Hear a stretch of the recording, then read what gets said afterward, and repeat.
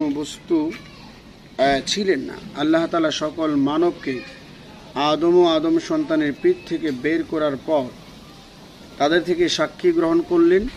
সবাই আল্লাহ তাআলাকে রব বলে স্বীকার করল। অতঃপর আল্লাহ তাআলা সবাইকে মৃত করলেন এবং প্রত্যেকটা মানুষকে তার পিতার পিঠে ঢোকালেন এবং ওই পিতাকে তার পিতার পিঠে এভাবে ঢুকাতে ঢুকাতে সর্বশেষ সবাইকে আদম নবীর পিঠে প্রবেশ করিয়ে দেওয়া হলো।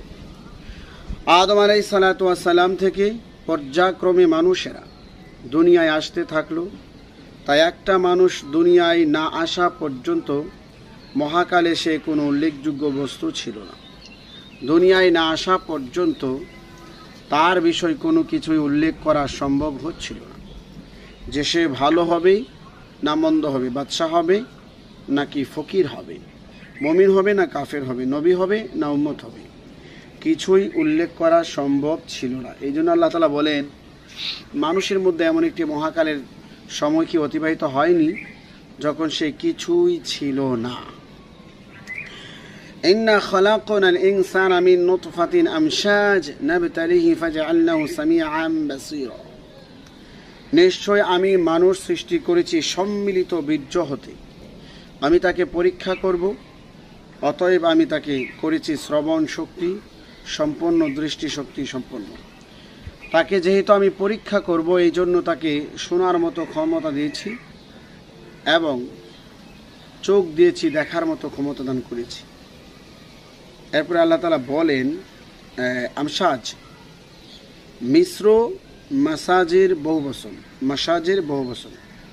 আমসাজ সম্মিলিত, পুরুষের সাদা রঙের বীর্য নারীর হলুদ বর্ণের বীর্য একত্রিত হয়ে মানুষ সৃষ্টির সূচনা করে। পুরুষের বীর্য হতে হাড় এবং রগ সৃষ্টি হয়, মহিলার বীর্য হতে রক্ত, মাংস, চুল সৃষ্টি হয়।